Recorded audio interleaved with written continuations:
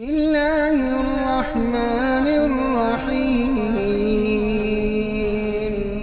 يا أيها الذين آمنوا لا تقولوا راعنا وقولوا انظرنا واسمعوا وللكافرين عذاب أليم.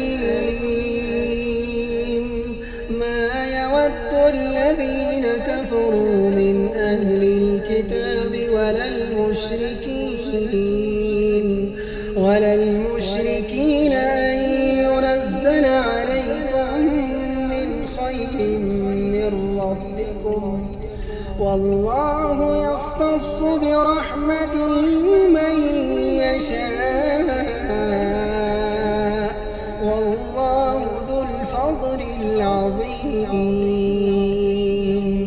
ما ننسخ من آية أو ننسها نأت بخير منها أو مثلها.